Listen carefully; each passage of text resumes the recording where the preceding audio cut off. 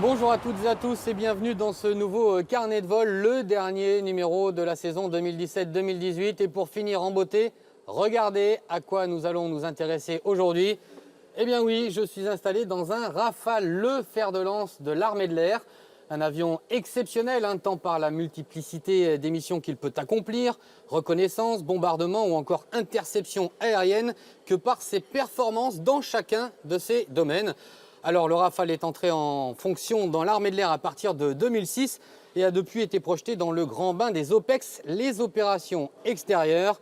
Afghanistan, Libye, Mali, Irak ou encore Syrie, il a su s'imposer sur tous les théâtres de guerre. Une place de Top Gun qu'il revendique également lors d'entraînements avec nos alliés et leurs propres appareils. Bref, le Rafale a tout pour plaire, c'est ce que nous allons découvrir tout au long de cette émission.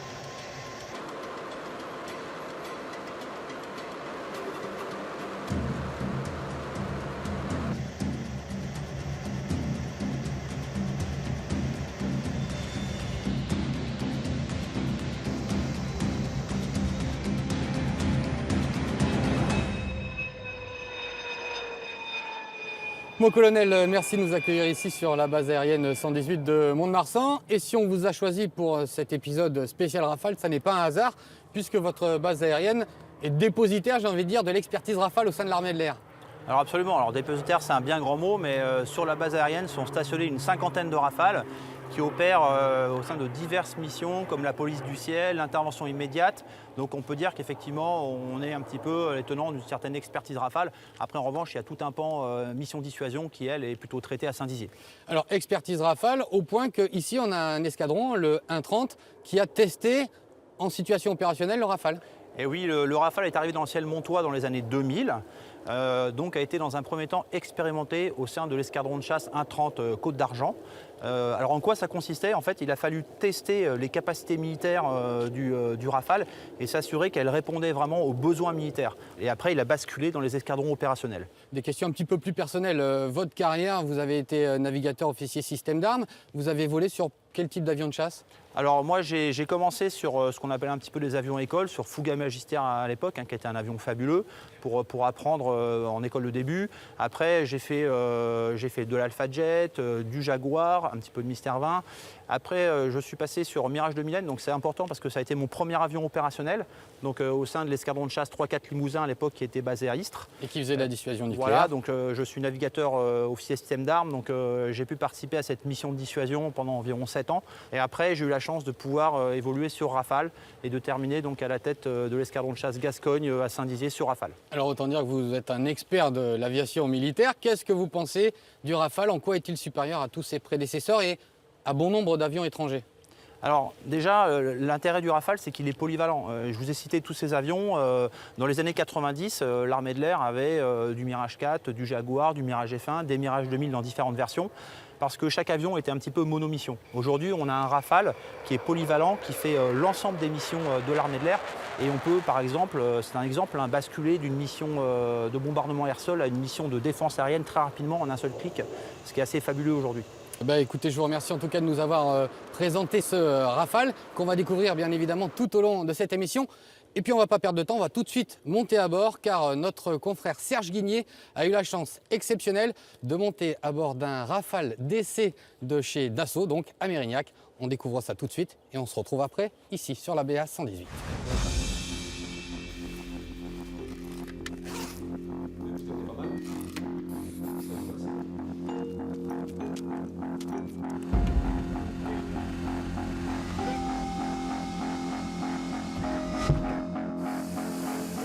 Deux manettes sur idle et c'est parti. Le phare sur on et bon on y va. Installé en place arrière, j'adresse un dernier salut à l'équipe au sol. Le Rafale quitte son parking pour rejoindre la piste. Départ pour 1h30 de vol commenté en direct par le pilote, sous le regard des ingénieurs d'essai qui vont suivre notre mission en temps réel. Nous sommes prêts au départ. Tango Juliette autorisé décollage. 2, 1, top, c'est parti. PC max. Les PC, 1, 2 allumés. La rotation. Vario positif, le frein rentre.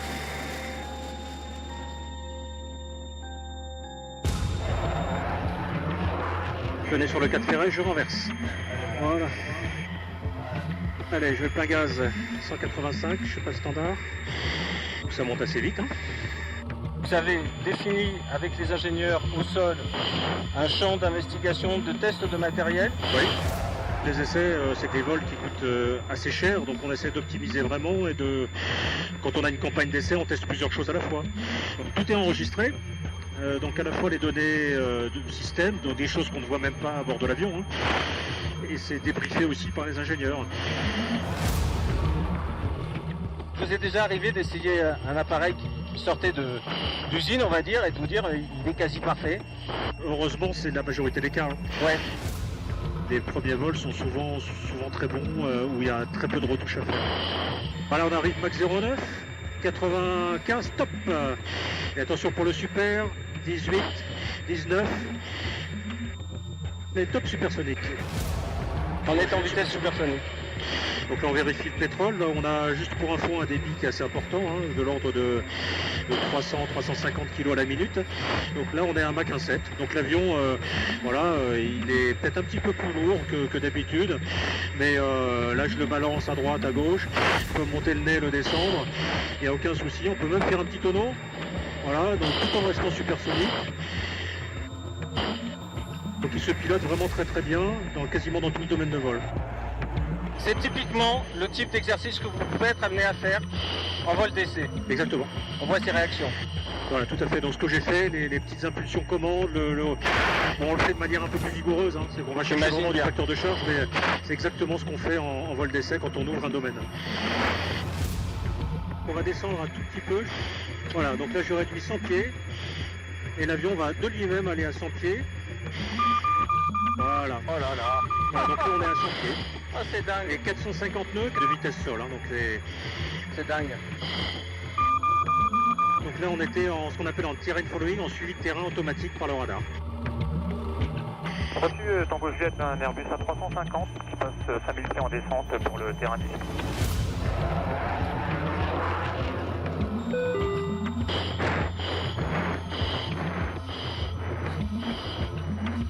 Top. Donc là je vais en buter. On est protégé aussi en facteur de charge, c'est-à-dire que dans cette configuration là on est limité à 5G5. Donc là si je tire comme un bœuf sur mon manche, en fait on ne peut pas aller plus loin. Passer plus loin. On va faire une barrique de combat donc avec du facteur de charge. Aïe aïe aïe aïe aïe aïe aïe aïe. Wow. Fin de travail, je suis prêt à rentrer à Istres. De retour à la base d'essai, les informations du vol sont centralisées.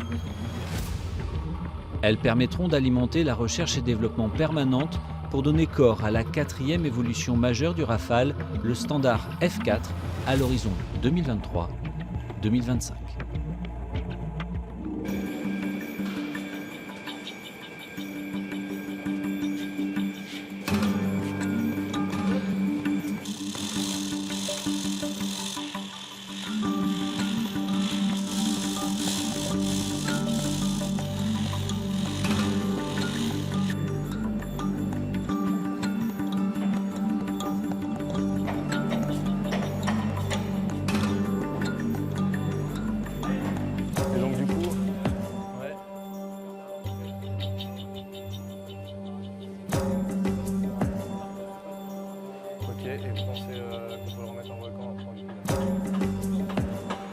soir, ça devrait être bon. Mon capitaine, Ouais, très bien. je peux vous déranger quelques instants s'il vous plaît? Bien sûr.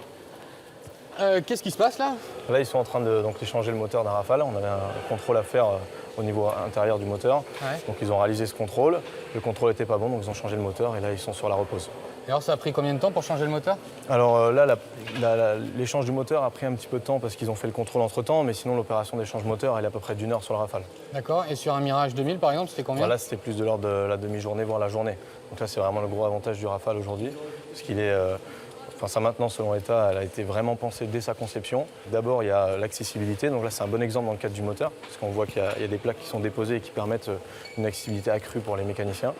C'est aussi le cadre, par exemple, d'un échange siège qui va prendre que 30 minutes sur l'aéronef, alors qu'avant, on avait besoin d'une demi-journée. Et la cabine qui peut complètement s'ouvrir et qui va permettre d'avoir une accessibilité sur toutes les pièces dans la cabine. Alors ça veut dire que cet avion est plus disponible que nos anciens avions de chasse? Pour nous, il y a moins de panne. Et quand panne il est plus rapidement remis en ligne de vol. Pourquoi? Parce qu'on a toute une maintenance qui a été intégrée. Donc cette maintenance intégrée, elle est due parce qu'on a une génération qui est numérique sur cet avion. Donc tout ce numérique, il permet de contrôler tous les systèmes de l'aéronef. C'est suivi pendant le vol et ça nous est restitué à l'issue du vol. C'est un peu comme nos voitures modernes, on branche un ordinateur et on nous dit ce qui s'est passé. Et donc là, ils vont nous dire exactement les pannes, parfois même nous cibler avec précision les organes qui sont à dépanner.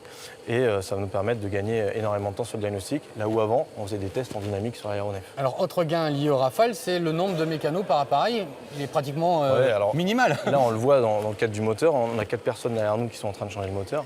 En revanche, normalement, c'est que 3 personnes, parce que là, on a quelqu'un qui est en instruction. La majeure partie du temps, on a 2 à 3 personnes suffisent pour réaliser l'intégralité des maintenances sur Rafale. 4 dans certains cas qui sont vraiment des cas extrêmes. On va laisser passer le Rafale qui va se poser. Voilà. On voit que ça fait du bruit quand même, hein. C'est des moteurs extrêmement puissants. Là, on a 2 moteurs de 7,5 tonnes de poussée. Donc ça, c'est vraiment quelque chose d'important pour la maniabilité d'un aéronef type avion de chasse. Et donc on est content quand on travaille sur cette machine dans l'armée de l'air? Bien sûr, on est ravis. Je pense qu'il y a peu de personnes qui travaillent aujourd'hui sur cette machine et que ce ne soit pas un choix ou un rêve d'enfant. Merci beaucoup mon capitaine. Je vous en prie.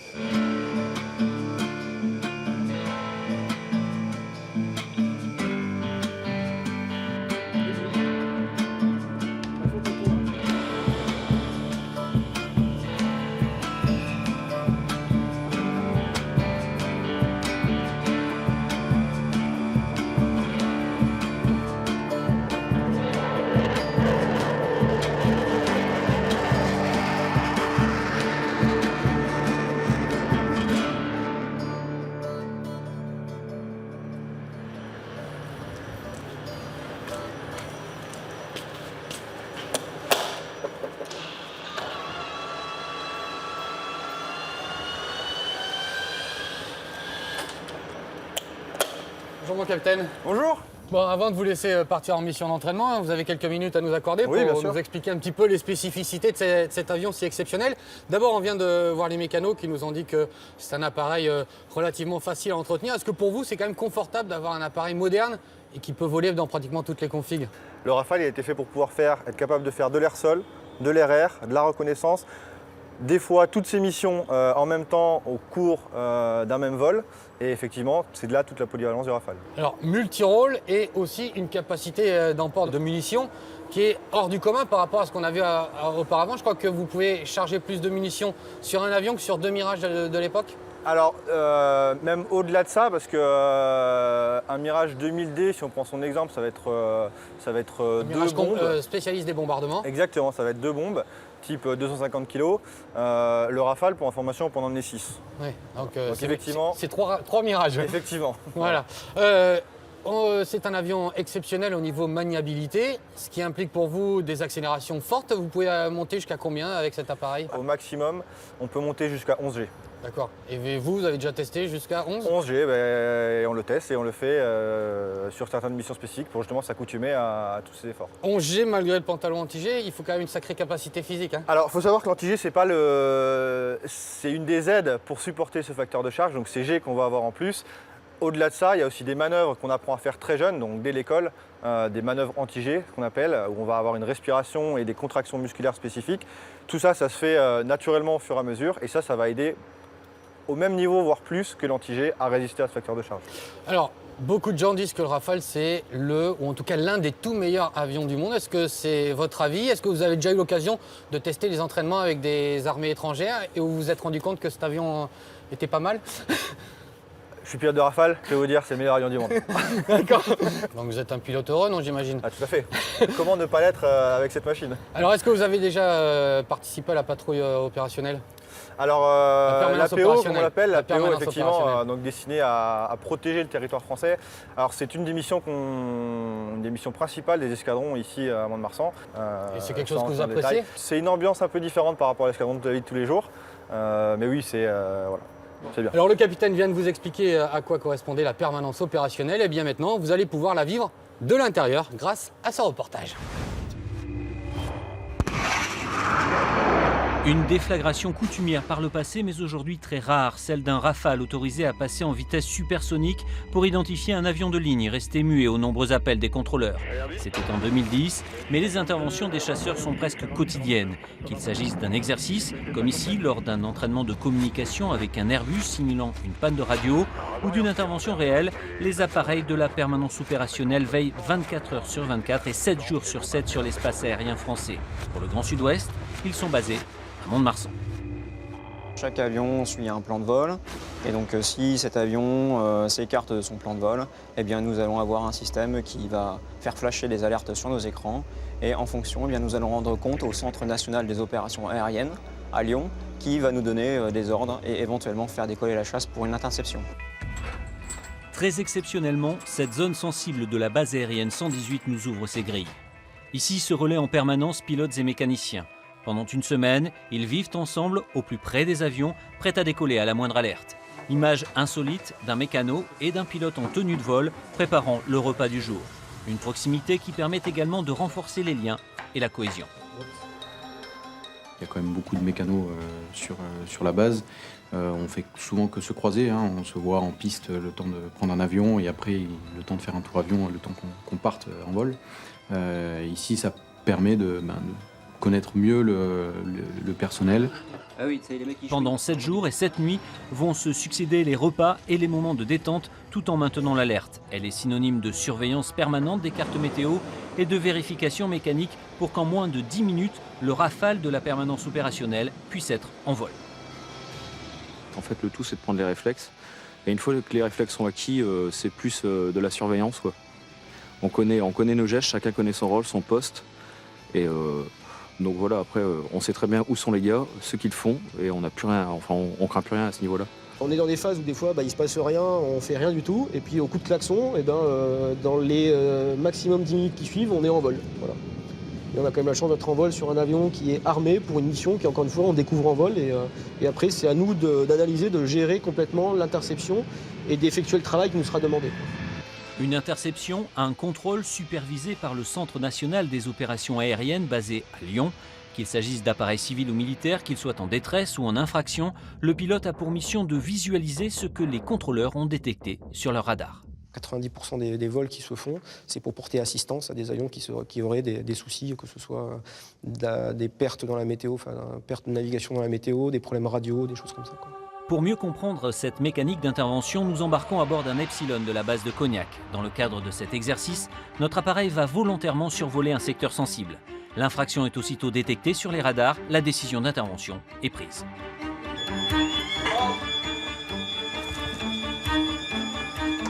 L'effervescence du déclenchement d'alerte cache une mécanique bien huilée où les gestes maintes fois répétés s'enchaînent presque naturellement.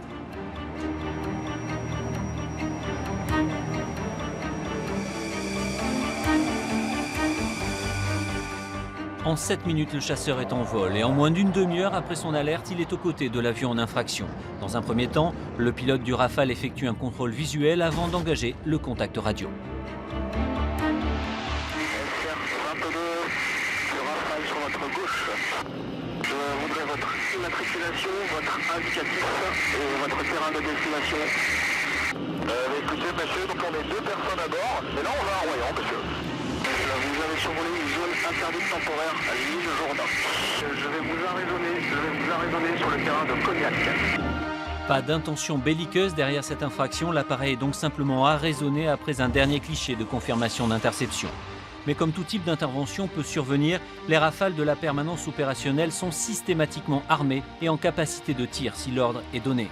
Un ordre qui transiterait par le centre de détection et de contrôle qui supervise chaque intervention. On connaît l'avion, on sait en l'occurrence qu'il ne représente pas de danger a priori, enfin il n'est pas armé, j'entends par là. Et comme on a eu un contact radio, on connaît toutes ses intentions et on sait qu'il est prêt à suivre les ordres entre guillemets, donc on est assez rassuré, on va dire.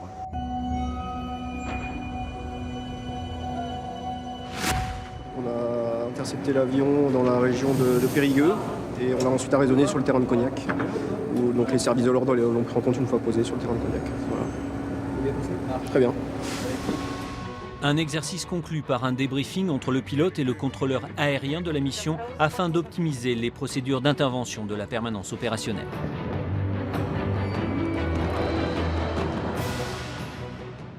Après la permanence opérationnelle, l'APO place désormais au PNO, comprenez, pilote non opérationnel, en l'occurrence moi-même, puisque je vais désormais prendre les commandes d'un Rafale.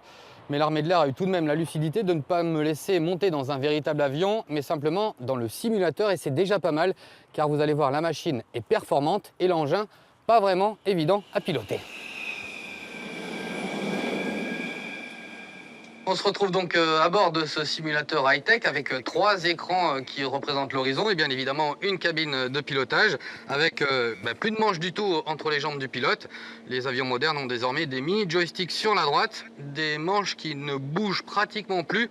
C'est simplement l'effort appliqué par le pilote sur la gouverne qui permet à la machine de savoir la trajectoire qu'elle doit suivre. Et puis bien évidemment, la manette des gaz, elle, de manière traditionnelle, est sur la gauche, même si elle ressemble plus à un manche à balai dans le Rafale. Voilà, j'ai tout compris, ou presque. Monsieur le moniteur, je suis à vous. On va pouvoir décoller. Là, je vais lancer PCPC. Ok, PCPC. Voilà, on va bien garder l'axe de piste. Oui, voilà. Ok. Ça, on passe 100 nœuds, on va pouvoir faire la rotation 130 nœuds, donc c'est parti. Ok, on va commander le train. Ok, on monte le train. À la rentrée. Et on va donc se stabiliser entre 1000 et 1500 pieds initialement. Vous allez pouvoir repousser sur le manche, exactement. Et on va laisser accélérer l'avion vers 550 nœuds. Je suis monté un peu fort, désolé. On vient de passer 10 000 pieds, oui. Et on va aller se stabiliser donc, au niveau de vol 300. D'accord. Ça monte comme une fusée, hein, Rafale, hein, quand même. Hein. Ça monte plutôt fort. Pour faire une petite démonstration du taux de roulis. D'accord. Vous allez pouvoir passer le manche plein à gauche, faire un tonneau. Allez, on est reparti. Yippee-ki-yay. Oui. Ah, c'est un tour de roulis de fou, quand même. Exactement, un avion qui est hyper manœuvrant. C'est là où on est content d'être dans le Cibu, et pas forcément en vrai. Tout à fait. Très bien. On va pouvoir garder ce cap, cette altitude. On va aller désigner un objectif, une cible qui est en face de nous. D'accord. Et là, vous allez pouvoir déclencher le tir donc avec le trigger. À votre main. Ouais, droite. J'envoie. Vous pouvez y aller. Allez, feu. Alors, maintenez bien enfoncé, voilà. Ah. Parfait. Le missile part et va chercher sa cible. Exactement. Et vous devriez voir le missile arriver en fait dans votre vue OSF. On est à droite. Vous pouvez réduire les gaz. Oui. On commence à regarder dehors, on essaie de chercher la menace. Ouais. On va voir le missile arriver. Boum, feu. Là, on est tout proche, hein. Je sens son odeur là. Alors, on va passer à côté d'elle. Dis bonjour à notre camarade. Salut l'ami. C'est quoi, F-15 ou c'est un avion soviétique? C'est un Sukhoi 27. Ouais. Sukhoi 27. Et on va aller se dérouter sur Biarritz. Très bien, belle destination. Là, on va réduire un tout petit peu les gaz, allez-y. Sans lumière. Voilà, pas plus, on garde cette position des gaz. Vous pouvez en rajouter même un tout petit peu. Voilà, parfait. Maintenez pour l'instant vectorité sur la piste. Voilà. On va attendre un petit peu pour l'arrondi. Voilà, maintenant on commence légèrement à tirer sur le manche, 25 pistes, pas plus. Et on va laisser poser. Manette des gaz, plein réduit maintenant. Plein réduit. Voilà, on est posé, on va garder un peu le néo, faire un freinage aérodynamique. Et vous allez pouvoir freiner maintenant, c'est parti. Ok.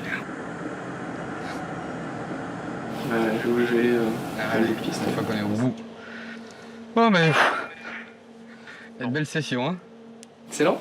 C'était très bon.